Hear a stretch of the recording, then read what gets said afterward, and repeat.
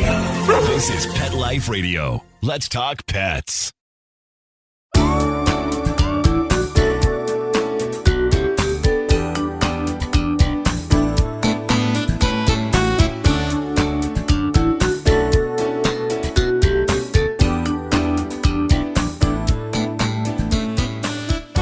Hi, welcome to Rappaport to the Rescue. I'm Jill Rappaport, and I don't know if you know this, folks, but today is a very special holiday. It's National Dog Day. Yay!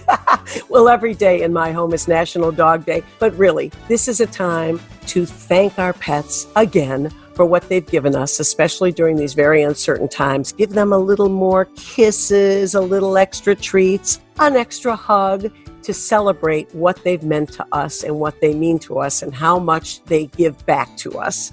So don't forget, National Dog Day. And coming up today, another incredible show, if I do say so myself, Broadway extraordinaire superstar, Sutton Foster. She will be coming up in just a moment, and joining us is Bill Berloni. Of course, you know Bill, the Jill Bill section of the show. Bill has a very special relationship with Sutton. You'll hear about that and more when we come back. Spanning the planet. You've landed at the pet entertainment center of the universe. Alert the paparazzi. This is Pet Life Radio, the ultimate animal adventure. Let's talk pets on PetLifeRadio.com.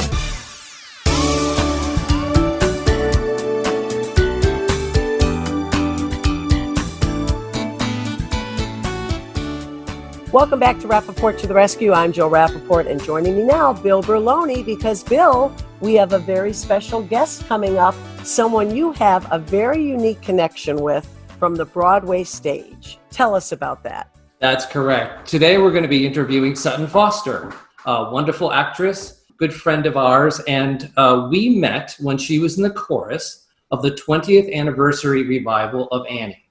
And when we first met, she was a little afraid of dogs. And so we've got a story to tell about how a star dog helped a star person.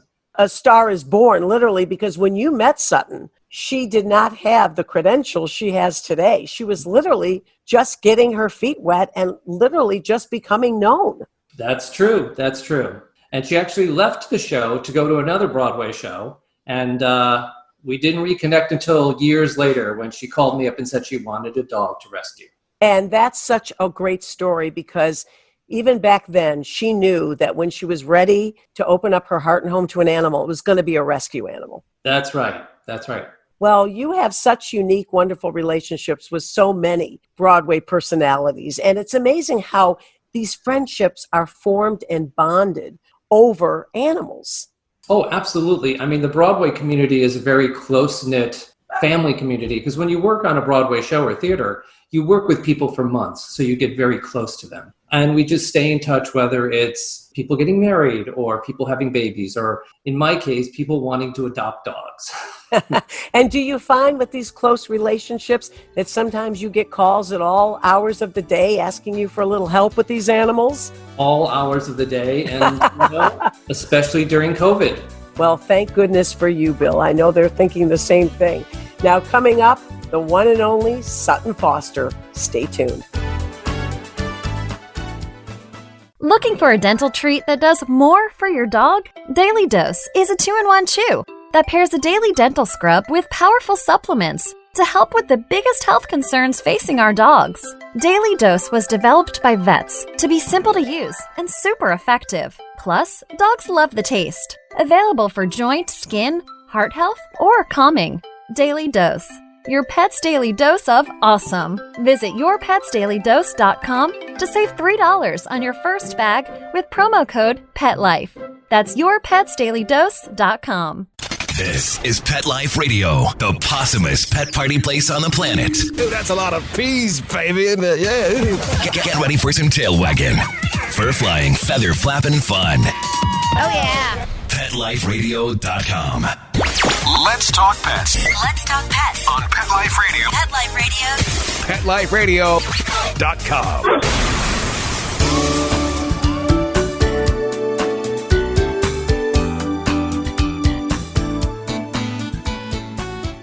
Welcome back to Rappaport to the Rescue. I'm Jill Rappaport, and I'm so excited because right now we're about to introduce you to one of the greatest actors on the Broadway stage. She has received not one but 2 Tony Awards for her performances in Thoroughly Modern Millie and Anything Goes. Her other Broadway credits include Little Women, The Drowsy Chaperone, Young Frankenstein, Shrek the Musical, and Violet. And of course, we also love Sutton Foster from her lead role in the ABC comedy drama Burnheads, but one of my favorite shows, the TV Land comedy drama Younger. Sutton, so great to have you here. Thank you. It's so good to be here. Well, I don't know if you heard in the beginning, but Bill was raving about your past history. I cannot believe that your relationship goes back almost a quarter of a century.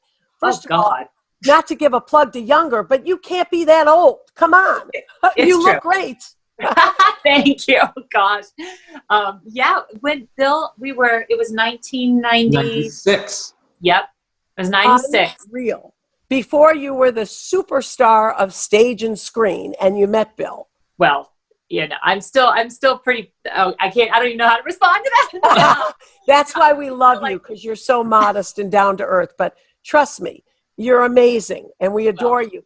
Tell me about the relationship with Bill, because in the beginning, you hadn't had dogs in your life, especially rescue dogs, and Bill kind of turned you on to this whole world. He sure did. I owe a lot to both Bill and Dorothy. I grew up with cats. We always had a cat in our house, or we always had like indoor, outdoor cats. Growing up, we grew up primarily in the South and like little suburbs. And my mom, we always had like 1 or 2 cats, Oatmeal and Misty and Samantha and Bubba and Kitty. And we started running out of ideas. It was like Kitty and Fuzzy and Baby. But then I went away to college and I came back and I was like deathly allergic to cats. And there was like all these allergies and stuff. And I actually really love cats. They make me break out in hives and I get sneezes and stuff. And you're a performer, a singer, and I'm a dancer. Performer. I mean, that really can be very frightening, right? Yeah. It was just sort of, I never really had allergies, I guess, because I grew up with them and didn't even know. And then, you go away and you come back. And now even if I go to someone's house, I have to, bring Claritin or something. But there was one show that I did on Broadway. I did Little Women on Broadway, and one of the understudies who went on for Professor Bear, he had this big beard, and we had to kiss at the end of the play, and I Don't tell me you were allergic to him. No, I broke out in hives all over my face because he has cats, and there was dander in his beard, and I was like, oh my gosh. And I had all these hives over my face. And I went up to him and I was like, do you have cats? And he goes, I do. And I was like, I think I'm allergic to your beard. Oh my goodness. And this happened on stage? Yeah. So I was like, so that's how bad my allergies are for cats. But I met Bill Berloni because I did the 20th anniversary of Annie at the tour. And then it came to Broadway in 1996. And Bill was there with Dorothy. They were both there because he trained the Sandy for that production, Sandy's understudy, and then all the dogs that were in the show. And I had like a fear of dogs, especially big dogs. And I was kind of like, I hadn't been around a lot of dogs. I was a little scared. And there was something, Bill was so great. And I remember like in between shows, he suggested I just like take one of the dogs for a walk, or like, they like talked to me a lot about, I kind of like overcame like a huge fear. And it was really because of Bill. And when I was ready I sort of worked my way up to having a dog. I had like plants, and then I got goldfish, and then I got a hamster. And then I was ready probably like 10 years later to get my first dog. And the person I called was Bill Berloni. And I knew I wanted to rescue a dog. That was a no-brainer. My brother had a Shih Tzu at the time, and I sort of fell in love with my brother's Shih Tzu, Zach. Not Zach. He found you a pair, right? Not just one, but 2. Yeah. So my brother's Shih Tzu's name was Chewy, Chewbacca. So, and he had a Yorkie named Zach, but I said, I want a Shih Tzu. And so Bill went on a search, and he found 2 little Shih Tzus, 2 gray and white Shih Tzus, Linus and Izzy. And we adopted both of them. They were dropped off at the Newark Animal Shelter, and Bill picked this was my ex-husband and I, so he picked us up in his van and like drove us to Newark, and we like went in and there were all these little puppies and we met them, and I was like, we have to take them. And then like they both were really sick. Izzy ended up getting pneumonia and she didn't make it, but the New York Humane Society helped us so much, and we're there and got Linus strong, and he was like my rock, Linus was like he saw me through a lot. He saw me through my divorce. He saw me through, it's like amazing what animals, he was just like this constant, and he like led me to, meet my husband now. And when I met my now husband, Ted had a dog as well, and Ted's dog was named Charlie, and Charlie was a bigger dog, a lab chow. And as we were sort of courting, we realized that Ted had rescued Charlie from the New York Humane Society and had met Bill and Sandra and like everybody there. We were like, wait a minute. First of all, our dogs are named Linus and Charlie. And we rescued them from like the same people. That's crazy. And what's even more heartbreaking is that Ted and I were married in October 25th, 2014. And Linus passed away in February of that year, of 2014. And Charlie passed away in like September of 2014. Oh. And they both passed away that year. But then we said that they were both waiting until we found the right person, and that they knew that we'd be okay. And that they like led us to, I know I could cry just thinking about it, that, they were there for us until we met each other. And then they were, so I know. That's a beautiful story. And I don't know if you know this, but today is National Dog Day. And for us, every day is National Dog Day, believe me. But it really is amazing. I mean, especially now during COVID, you credit them with bringing you together with your ultimate soulmate. It's amazing what these animals, especially these rescue animals, can do for us, right? Yeah, it's pretty remarkable. I will say this without a doubt, that I will always have a dog in my life forever. The only rescue problem, dog too. Yes, a rescue dog. Yes, to me that feels like it goes without saying. But yes, right. I will always have a rescue dog in my house. But I also, it's one of the things that Bill said when Linus passed away, because I was so heartbroken. And he said the only problem with dogs is that they don't live long enough. So Linus passed away, and I was just devastated. And then I waited about a month, and I called Bill, and I was like, you got to help me. I was like, you got to help me find another dog. And Bill really came up with the best babies for you. Bill, tell us first of all, the search for Sutton's next beloved fur angels. It's a very special personal thing. And Bill and I live by the motto, it's not about a home, it's about the right home. So Bill, tell us about the dogs that you brought into Sutton's life next. Well, the main thing when, we're working with performers is their touring schedule. They're away a lot. And so they need dogs that are portable. So I always encouraged Sutton to say small, so that she could take a dog on a plane. She could take it to the set. She could take it to a dressing room, and just finding a dog with the same sort of warm personality as her was what I was looking for. I got a glimpse of one. Mm-hmm. Is that Mabel right at your feet there? Oh my God, is all I can say. Yeah, Mabel is so sweet. She's totally just zoning out. Look at her. For our listeners, Mabel's just literally chilling out, laying next to her beloved owner, her beloved pet parent, and you can just see the bond there. I mean, this dog, you're really never apart, are you? Yeah, we're very bonded. So she came, and she also came in to heal my broken heart, and I just bonded to her immediately. But she was about 7 months when we adopted her, and we worked with a foster. There's a wonderful woman, Robin Ehrman. Thank you. I had her first name, and then I couldn't think of her last name. Okay. She Pet Rescue Inc., and she works with a lot of shelters all across the country. And Mabel was rescued from a shelter in Houston and was flown up to New York on a Saturday. And we met her on a Monday, right before I was starting tech for Violet on Broadway. And I met her in Robin's basement. and my husband and I drove. I was still distraught. My husband and I drove away. We got about a mile away. And I said to my husband, pull over. We can't just leave her. And he's like, okay. And we drove back. And do you take these dogs? You have another dog too. I haven't seen him yet, but Bill, you were telling me about both of these dogs. They're adorable. And Bill, what was it about the personalities in Sutton? How did you know this was the match?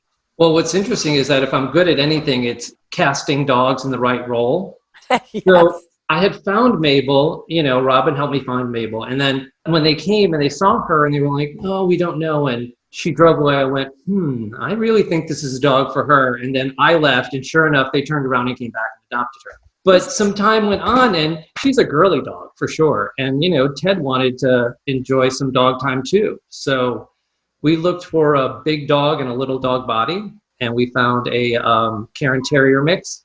His name is Brody. Yeah.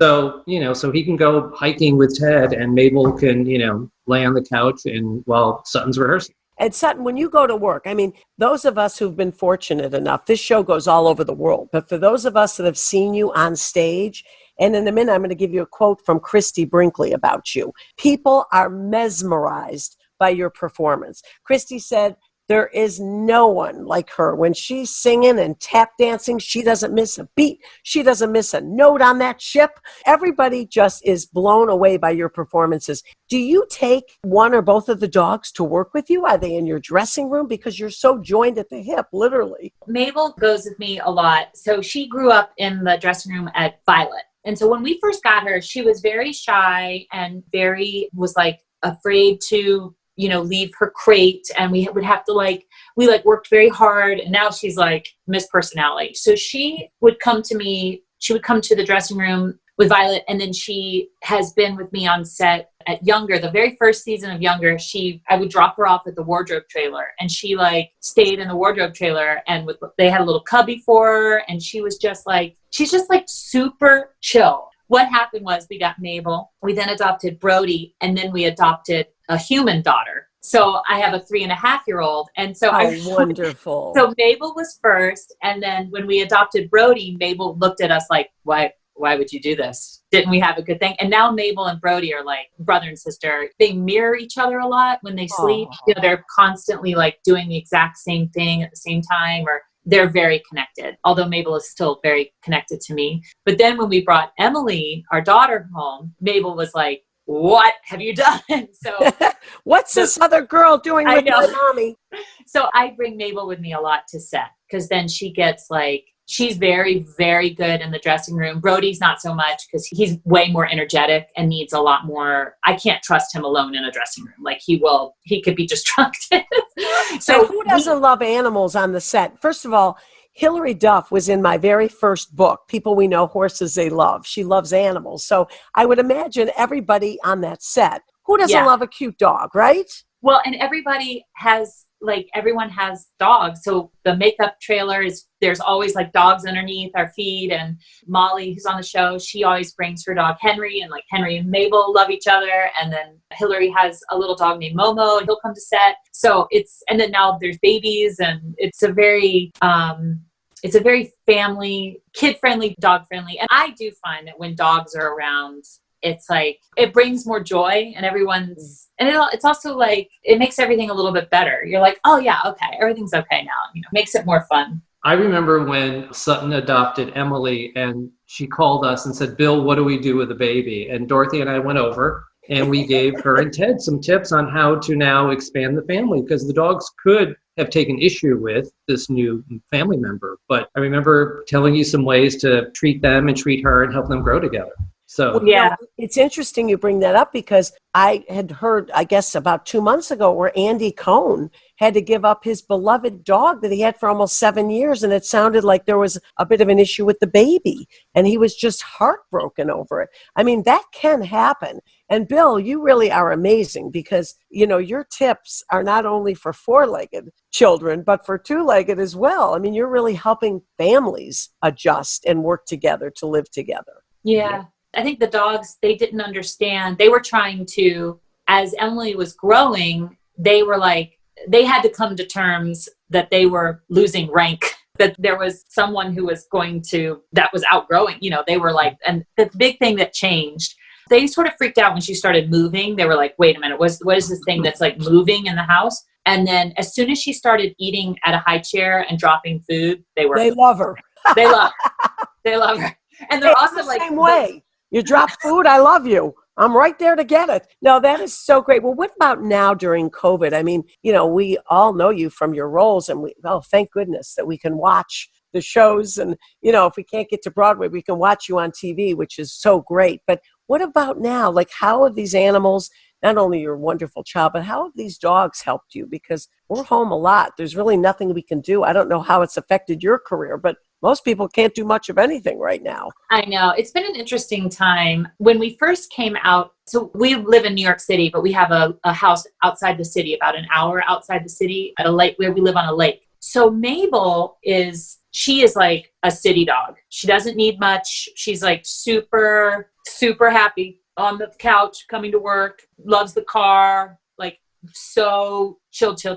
Brody, on the other hand, needs a lot more space, needs room, needs exercise. So when we first came out, I was like, the big realization was that Brody is a much happier dog at the lake than he is in the city. Because I think in the city, he feels confined. He's not good. Noises. He's not good, like even in an elevator, if he smells like a German Shepherd, or if, he's better being able to run. So out here, he gets the zippies and he does laps in the yard. And isn't that the best feeling though, when you see that? Best. I love it. So I think that's been our biggest thing. We're like, oh my gosh, and also realizing that, I mean, this is interesting. You do this with children too, is that the dogs have different needs. And I couldn't treat Brody like I treat Mabel.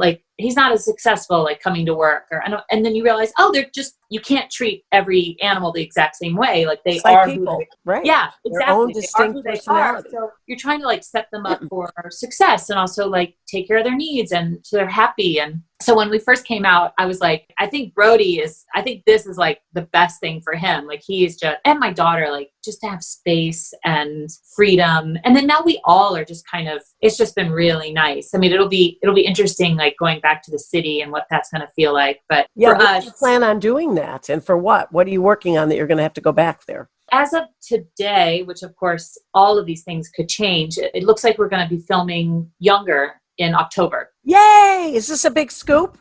Well, I mean, again, that's today. Right. So it's everything. It's hard to plan, when everything keeps changing so much, but that's the goal, is to start filming in October. And hopefully, how do you do that though? I mean, you're so close, you especially. I mean, with some men and with dating or whatever. I mean, how are you going to do that? You can't wear masks on the show, or can you? I know. Well, there's a lot of protocols.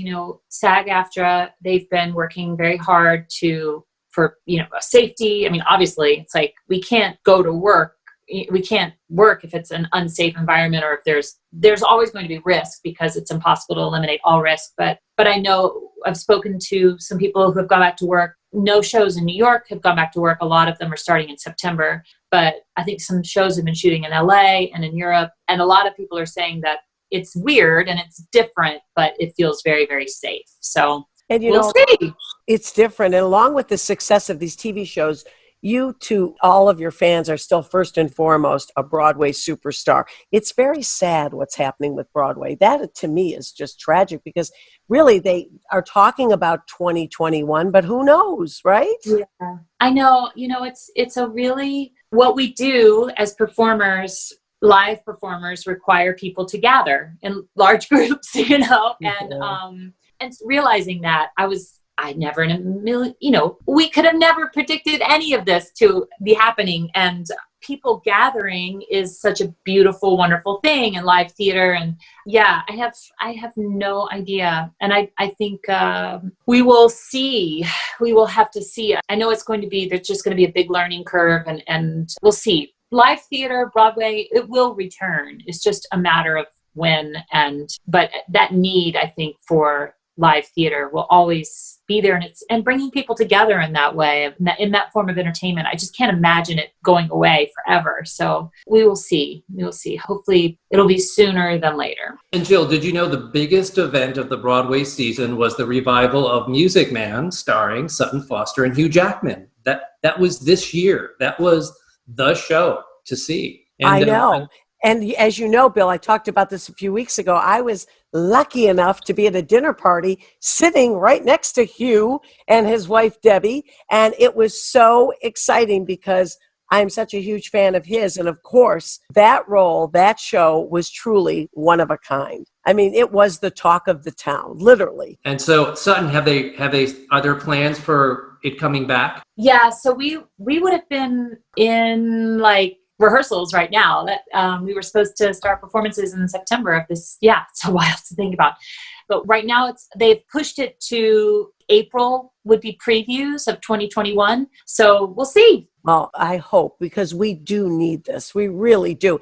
And besides your acting abilities, obviously we know about your shows, your Broadway shows. You're a great singer. We know that. And you're also an artist. I don't know how many of your fans realize what a great artist you are. Are you finding that you're doing more artwork, singing at home, things that you can do alone because you don't have the stage? You know, it's what's interesting is that you would think that, but it's tricky with a 3.5-year-old. So I'm trying to make more time for a lot of my expression right now is I cook a lot. So a lot of my creativity goes into cooking. I do a lot of crochet. I've been crocheting a lot. And I've been doing some music collaborations with some friends and with my music director. And that's been a really wonderful creative outlet. But I haven't drawn in a while. So that's actually a really nice reminder. And you're so talented at it. And being a new mom, just to be able to sing to your daughter, what a voice you have. She's so lucky.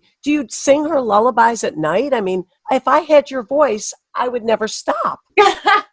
We do. Well, and one of the great things is that she loves to sing and she loves music. So I sing every night. My husband and I sing, we sing Good Night, My Someone to her, which is a song from The Music Man.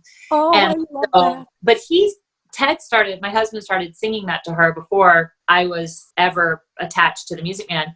And so now it's really special because every single night we sing it to her, and then I will be singing it on Broadway. And then I'll always have this context of, singing it to my little baby girl, so it's become like a very special thing. Well, you don't think we're going to let you go without a little sample of it? Oh my goodness.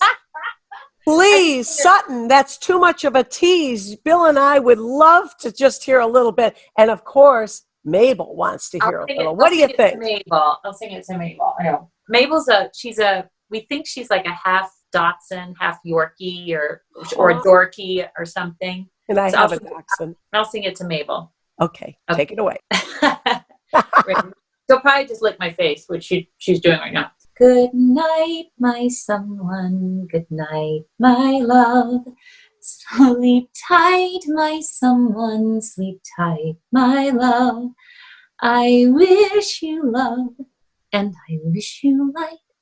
So good night, my someone. Good night. Sweet dreams be yours, dear, if dreams there be. Sweet dreams to carry you close to me. I wish they may, and I wish they might. So good night. My breath is a little stinky. My someone, good night. Good night. Good night. There you go. Yeah. Oh, bravo. Even my Dachshund is sleeping right now. You put him to sleep in the best way, Sutton. Oh, you are just as wonderful as Bill has been telling me you are. This is such a pleasure to have you on our show. We adore you and bless you for all you do to entertain us, for animals in need, being a wonderful mother and a wife, and obviously a great friend to Bill Berloni, who just sings your praises all the time.